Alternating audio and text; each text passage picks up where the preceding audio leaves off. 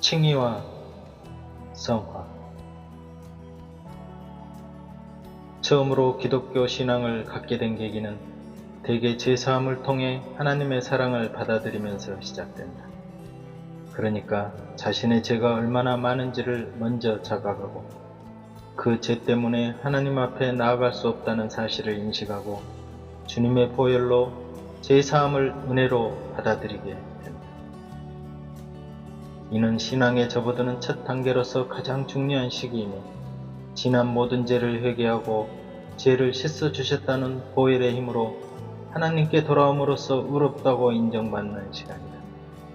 이는 주로 성경 말씀에 의지하여 확신하게 되는데, 보옵소서 내게 큰 고통을 더하신 것은 내게 평안을 주려 하심이라.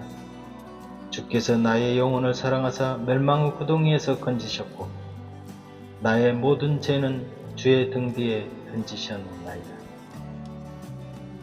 또는 너희 범죄와 육체의 무할례로 너희를 하나님이 그와 함께 살리시고 우리 모두에게 모든 죄를 사하시고 염소와 송아지 피로 아니하고 오직 자기 피로 영원한 속죄를 이루사 단번에 성소에 들어가셨느니라 등으로 죄에 대한 심판을 완전히 면하는 믿음을 통해 구원을 확신하게 되면서 예수를 구주로 영접하게 된다.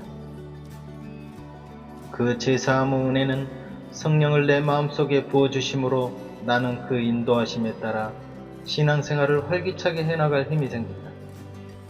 베드로가 가로되 너희가 회개하여 각각 예수 그리스도 이름으로 세례를 받고 죄사함을 얻으라.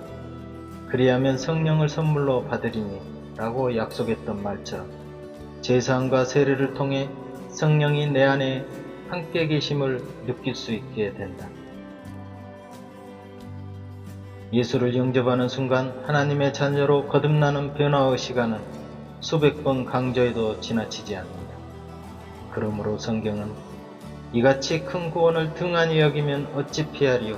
라고 기록하고 있다. 눈이 밝아지듯 내 마음은 밝아지고 항상 속죄함을 마음에 새기며 감사하고 기쁨에 넘쳐 죄와 세상마저도 멀어지게 된다. 죄에 대한 두려움에서 벗어나 항상 찬송과 즐거운 마음으로 생활이 연속된다. 그런데 차츰 세월이 흐르다 보면 하나님에 대한 사랑은 식고 내 허물과 죄의 본성이 다시 되살아나는 모습을 보면서 의아심이 꿈틀거리게 된다. 나는 하나님의 자녀임에도 왜 세상을 탐닉하게 되고 아직도 죄성에서 벗어나지 못하는 것일까? 나는 하나님의 자녀가 아닐지도 몰라. 나중에 심판을 받게 된다면 나는 아마 생명책에서 지워버리실지도 몰라. 나를 쳐다보니 여전히 미워함과 분노와 음욕 같은 더러움이 나오고 하나님을 배반하기도 하고 내 주장과 내 욕심에 이끌려 세상에 빠지기도 하는데 이런 나를 보면 나는 원래 믿음이 없었던 것은 아닐까? 라고 의심하게 된다. 그런데도 내 죄를 영원히 사하신 그 은혜만큼은 잊지 않고 잠시 의심을 버리고 또다시 은혜의 확신을 맛보게 된다.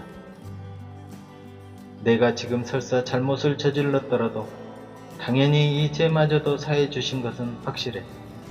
내게는 결코 정죄함이 없다고 로마서에는 말했지. 라고 이안하며 은혜를 되새긴다. 그런데 다시 세상에 집착하게 되고 마음속의 죄성이 행동으로 나타나거나 성령에 거슬리는 육체의 소욕을 이기지 못하는 일이 또 발생하게 되면 또 주의 피를 의지하여 용서받았다고 넘어가기를 되풀이한다. 하지만 영과 혼과 육을 찔러 쪼개기까지 하시는 하나님 말씀 앞에는 어떤 일 하나도 우연히 발생하지 않는다. 이런 갈등이 일어나는 원인이나 근본적인 이치를 모른다면 제사함의 은혜만 믿다가 동력을 잃어버렸을 때는 근심이 또 나를 지배한다. 그런데 여기서 유심히 고찰해 보아야 할 대목은 바로 이런 성경 구절이었다. 그러므로 우리가 죄 없다 하면 스스로 속이고 또 진리가 우리 속에 있지 아니할 것이요 만일 우리가 우리 죄를 자백하면 저는 미쁘시고 의로우사 우리 죄를 사하시며 모든 불의에서 우리를 깨끗하게 하실 것이요 만약 우리가 범죄하지 아니하였다면 하나님을 거짓말하는 자로 만드는 것이니 또한 그의 말씀이 우리 속에 있지 아니하니라 라는 부분이다. 그러니까 내 안의 갈등 요소는 곧 죄와 죄성에 대한 문제로서 이런 부분에서 이미 영원한 속죄를 받았는데 여기서는 또 죄 없다 하면 거짓말하는 자라고 지적하고 있는 이유는 무엇일까? 그러니까 죄를 지을 수밖에 없는 속성이 내 속에 있어 여전히 나는 죄에 대한 갈등에 휩싸이지만 주님께서 모든 죄를 용서하신 사실을 부인하며 또 죄 있다고 자백해야 하는가? 라는 의문이 생길 것이다. 이미 다 용서해 놓으셨다는데 또 죄를 자백하면 이는 예수를 십자가에 다시 못 박는 처사가 아닌가? 라는 의문이 일어난다. 그렇다면 이런 상반된 성경 의미의 해석을 어떻게 받아들이고 어떻게 대응해야 할 것인가가 중요한 핵심이다. 이런 부분을 잘 생각해보면 우리를 의롭다고 하시고 깨끗하다고 하시는 것은 칭의, 즉 하나님께서 의롭다고 인정하신 부분을 상기해 볼 필요가 있다. 즉 하나님의 시각으로 나를 보았을 때 관점은 예수의 피로 내 죄를 씻겨 의롭다고 칭하여 자녀 삼아 주신 것이다. 왜냐하면 이런 일들은 내가 무엇을 해서 하나님 앞에 의롭게 되는 것이 아니므로 모든 사람은 그의 은혜를 힘입어 하나님 앞에 떳떳이 나아갈 수 있게 된다. 정죄받아 마땅한 죄인을 하나님은 법적으로 무죄라고 선언하시고 더 이상 형벌을 내리시지 않겠다는 의미이다. 그런데 여기서 유심히 주시해야 할 일은 그렇다면 지금 나는 현재 어떠한가를 자세히 내다볼 필요가 있다. 죄사함을 받았다는 의미는 하나님이 나를 보실 때의 시각이지만 내 죄가 완전히 없어진 의인은 아니라는 자각이 먼저 있어야 할 것이다. 그러니까 나는 죄사함을 받았으므로 죄를 많이 짓지 않을 가능성은 있을지 모르겠으나 사실 완벽한 의인이 되기에는 여전히 부족할 뿐이다. 사실 우리는 하나님께 의롭다 하심을 받았지만 예전 세상의 나는 엄연히 잠재적으로 존재한다. 그리하여 성경은 그 피를 인하여 의롭다 하심을 얻었은즉 더욱 그로 말미암아 진노하심에서 구원을 얻을 것이니 라고 말씀하신다. 이는 내가 생활 속에서도 나의 육신과 죄업 본성에 대한 싸움으로 직접 부딪혀 이제는 더 깊은 믿음으로 성숙되기를 바라신다. 우리는 하나님께 의롭다 하심을 받았지만 여전히 옛 습성, 옛 사고, 옛 습관, 옛 죄성들이 성령과 갈등을 일으키고 있다. 죄사함을 믿게 되는 순간 실제로 죄가 없어지는 듯한 감흥을 느꼈을지 모르지만 옛 자아인 죄의 뿌리는 완전히 제거되지는 않은 것이다. 나 역시도 성령이 임한 뒤로 한동안 기쁨으로 죄를 이겨냈지만 시간이 흐를수록 내 안의 죄성 자체가 완전히 변한 것은 아니기에 내 의지와 욕심의 뿌리가 여전히 생활 속에 재현되는 것을 보고 경악하지 않을 수 없었다. 그러니까 신앙의 첫 출발은 내 열심, 내 선함으로 하나님께 나아가는 것이 아니라 순전히 제사함의 은혜로 자녀된 것은 지극히 당연하다. 만약 죽을 때까지 제 용서를 받으며 날마다 내 성과 내 열심을 내세워 천국문을 열 수 있다는 것은 애초부터 잘못된 것이다. 그렇지만 하나님 은혜를 받아들이고 나서부터는 오히려 죄성과 옛 자기에게서 벗어나 하나님의 자녀답게 생활 속에 주님을 실제 체험해가는 과정은 영적 성장을 추구하는 길이 된다. 그리하여 의롭다고 칭하는 것과 내가 죄 있다고 자백하는 구절과는 상충한 것이 아니라 하나님의 자녀가 되기 전의 회개와 자녀된 후의 자백과의 시간적 차이를 잘 새겨보아야 할 것이다. 하나님은 믿는 자의 자백을 통해 현재 막힌 담을 허물고 항상 사귐이 끊이지 않기를 희망하신다.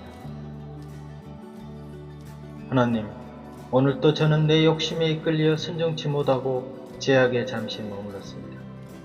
그런 저의 죄됨을 용서해 주십시오. 주님께서는 오늘 저지른 죄마저도 사해 주셨음을 믿고 감사드립니다. 주님의 피는 지금도 효력이 있습니다. 항상 저에게 역사하시어 정결케 해주심을 감사드립니다. 주님을 찬양합니다. 라는 기도가 우러나올 것이다. 그래서 영원한 속죄를 해주셨으니 자백 같은 건 필요 없다고 생각하는 것은 스스로 의인이라고 자부하여 자기 양심을 부정할 뿐 아니라 하나님마저 기만하고 속여 죄를 짓고도 뻔뻔스러울 수가 있다. 그러다 보면 죄를 짓는데 대담해져 양심이 무뎌지게 되고 나는 그래도 의롭다고 스스로 위안을 받으며 방종에 빠지고 마는데 죄사함의 믿음마저도 차츰 사라지게 되면 세상 믿지 않는 자들보다 더 악한 세계에 빠지고 마는 경우도 있다. 세상에서 제멋대로 살아도 하나님이 의롭게 해주셨다는 믿음이면 모든 것이 다 끝난 것처럼 자신을 방종에 빠뜨려 놓고도 돌이킬 줄 모르거나 잘못을 시인할 줄 모르는 생활을 옳은 믿음으로 착각할 수 있다. 그래서 교회를 나가고 신앙생활은 열심히 하지만 내면에서 일어나는 갈등은 숨겨둔 채 이중생활로 위선자가 되기도 한다. 그래서 주님은 두 사람이 기도하러 성전에 올라가니 하나는 바리새인이요 하나는 세리라. 바리새인은 서서 따로 기도하여 가로되 하나님이여 나는 다른 사람들 곧 토색 불이 간음하는 자들과 같지 아니하고 이 세리야도 같지 아니함을 감사하나이다. 나는 일회에 2번씩 금식하고 또 소득의 11조를 드리나이다 하고 세리는 멀리 서서 감히 눈을 들어 하늘을 우러러보지도 못하고 다만 가슴을 치며 가로되 하나님이여 불쌍히 여기시옵소서. 나는 죄인이로소이다 하였느니라. 내가 너희에게 이르노니 이 사람이 저 사람보다 의롭다 하심을 받고 집에 내려갔느니라 라고 말씀하신다. 내가 주님을 영접한 뒤에도 잘못을 세리처럼 고백하기를 원하신다. 이는 하나님의 자녀된 자들이 더 영적으로 성숙하고 믿음이 더 굳건해질 수 있는 그런 삶으로 이끌어 주시기 위함이다. 애굽에서 이스라엘 백성들은 양피를 문설주에 발라 장자 죽는 심판을 면했지만 홍해와 광야를 거쳐 하나님이 주시고자 하는 가나안 땅까지 인도하시려는 차원을 우리는 성경 안에서 읽어내야 합니다. 그런즉 사랑하는 자들아 이 약속을 가진 우리가 하나님을 두려워하는 가운데서 거룩함을 온전히 이루어 육과 영의 더러운 것에서 자신을 깨끗게 하자고 권유하고 있다. 당연히 하나님의 뜻은 우리를 의롭다 하시고 거룩하게 하시며 또 죽은 뒤에는 완전히 영화롭게 변화시키시는 게 하나님의 계획이시다. 이 성장 과정은 압축해서 성화하는 단어일 뿐 사실 그 안에서 이룩되어야 할 신앙의 범위와 의미는 상당히 높다고 볼 수 있다. 이 신앙 과정을 통해 아이가 성장하듯 나는 차츰 성숙해가며 하나님과 더 친밀한 교제와 나아감을 얻는다. 하나님은 우리 속에 그리스도의 형상이 이루기까지 생활 속에서도 주님을 닮아가는 삶을 살아가길 원하신다. 이런 여정이 우리 그리스도인들에게는 남아있다. 이런 여정을 제대로 가기 위해서 꼭 필요한 것이 자백이라고 볼 수 있다. 그리고 자백 속에 들어있는 죄나 죄성의 해결은 예수님의 피로 이미 깨끗게 해놓은 사실을 다시 적용하여 감사함으로 막혔던 하나님과의 실제 교제관계를 계속 유지하게 된다. 피의 효력은 그래서 언제나 유효하다. 성경은 만일 누가 죄를 범하면 아버지 앞에서 우리에게 대언자가 있으니 곧 의로우신 그리스도시라라고 말씀하신다. 그래서 언제나 죄를 송수하는 검사와 화사를 변호하여 깨끗하다고 인정해 주시는 주님이 항상 옆에 계신다. 그 회복을 통해 하나님과의 교제와 동행 속에 건강한 신앙을 유지해 갈 수 있게 해 주신다. 온몸을 씻은 자는 다시 몸을 씻을 필요는 없지만 세상에 때를 묻히고 사는 우리는 날마다 발을 씻을 필요가 있다.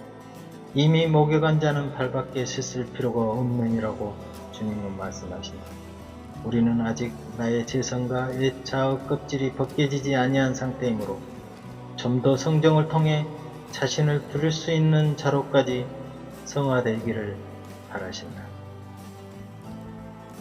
우리가 세상을 떠나 하나님 세계에 들어갔을 때 우리는 죄와 상관없는 영화로운 몸으로 변화될 것이다. 그러기에 육신이 버티는 이 세상에는 끝날 때까지 내적 싸움이 있는 것은 아주 당연하다. 결코 이상한 일이 아니다. 그러므로 사도 바울도 오라 나는 공고한 사람이로다. 이 사망의 몸에서 누가 나를 건져내랴 라고 한탄하지 아니하였던가. 그러므로 땅에 있는 지체를 죽이라. 곧 음란과 부정과 사욕과 정욕과 탐심이니 탐심은 우상숭배니라. 이것들을 인하여 하나님의 진노가 임하느니라. 이 성경 구절처럼 하나님의 자녀로 태어났으면 어떻게 성장해야 할 것인지를 차츰 알아가야 할 것이며, 이런 하나님의 뜻에 맞추어 살기 위해서는 자백을 통해 빛 가운데 하나님과의 사귐을 유지해야 할 것이다. 하나님, 오늘 또 화를 참지 못하였고 형제를 미워했습니다. 그러나 이런 죄마저도 용서해 주심에 감사합니다 라고 다시 그 의를 힘입어 과감히 일어서야 한다. 자백을 통한 일어선과 그냥 지나친과는 엄연한 차이가 있다. 자칫 내 죄를 다 용서해 놓았으니 내 마음대로 살아도 되지 않겠는가라고 방심하게 되며, 이를 틈타 사탄의 생각이 나를 지배하여 전혀 다른 길로 가버리는 결과가 될 수도 있기 때문이다. 나를 의롭다고 불러주신 은혜도 귀한 것이지만 앞으로 지을 죄까지 다 용서해 놓으셨다는 구실로 오히려 그 은혜를 무시하여 자칫 방종이나 자기 합리화로 죄를 가볍게 여겨버리는 오류에 빠질까 두렵다. 나 역시도 그런 생활을 해보았기 때문에 특히 신앙 여정에서 조심스럽게 살펴볼 일이다. 언제나 두렵고 떨림으로 구원을 이루라는 말씀처럼 성화 과정을 결코 무시해서는 안 된다. 이는 심판을 벗어나 더 큰 하나님의 뜻으로 장성하여 주님의 형상을 닮아가는 생활로 나를 이끌기 위함이다. 또한 이런 갈등의 심화 속에 약한 육신과 옛 나를 처리해 주신 십자가의 은혜도 더욱 깊게 체험하는 계기가 되어야 할 것이다. 만일 우리가 죄 없다 하면 스스로 속이고 또 진리가 우리 속에 있지 아니할 것이요, 만일 우리가 우리 죄를 자백하면 저는 미쁘시고 의로우사 우리 죄를 사하시며 모든 불의에서 우리를 깨끗하게 하실 것이요,